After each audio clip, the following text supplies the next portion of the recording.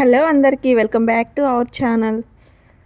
టేస్టీగా ఎప్పుడు తినే ఎగ్ రెసిపీస్ కాకుండా ఇలా ఒకసారి ట్రై చేయండి. ఇక్కడ ఒక 6 ఎగ్స్ని తీసుకొని స్టవ్ మీద ఒక ప్యాన్ పెట్టుకొని 2 టేబుల్ స్పూన్స్ వరకు ఆయిల్ వేసుకొని హీట్ అయిన తర్వాత ఈ 6 ఎగ్స్ని బ్రేక్ చేసుకొని ఈ విధంగా ప్యాన్లో వేసుకొని పైన కొంచెం సాల్ట్ అండ్ ఒక half teaspoon salt, half teaspoon వచ్చేసి పసుపు ఈ విధంగా స్ప్రింకిల్ చేసుకొని మనం ఆమ్లెట్కి ఏ విధంగా అయితే మనము కాలనిస్తామో ఆ విధంగా మనం వెంటనే కదిపేయకుండా ఆ విధంగా కాలనిచ్చి ఫ్లేమ్ని లో టు మీడియం ఫ్లేమ్లోకి అడ్జస్ట్ చేసుకొని కాలనివ్వాలి. ఈలోపు ఇక్కడ పచ్చికారంలో ఒక పెద్ద వెల్లుల్లిపాయి, ఒక స్పూన్ జీలకర్ర, కొంచెం ఉప్పు వేసి అది ఆ విధంగా దంచుకొని లేదా మిక్సీ పట్టుకొని పక్కన పెట్టేసుకోవాలి.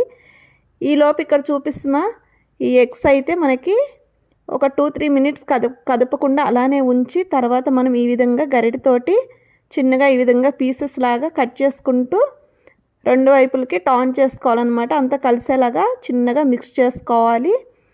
ఈ విధంగా మిక్స్ చేసుకొని మీడియం టు లో ఫ్లేమ్లోనే ఈ ఎగ్ని అయితే మనకి ఆమ్లెట్ని ఏ విధంగా అయితే మనము ఫ్రై చేసుకుంటామో ఆ విధంగా ఫ్రై చేసుకోవాలి. మరి ఎక్కువ అయితే ఫ్రై చేయకూడదు. ఎక్కువ ఫ్రై అయిందంటే మనకి తినేటప్పుడు రబ్బర్ లాగా సాగుతూ ఉంటుంది.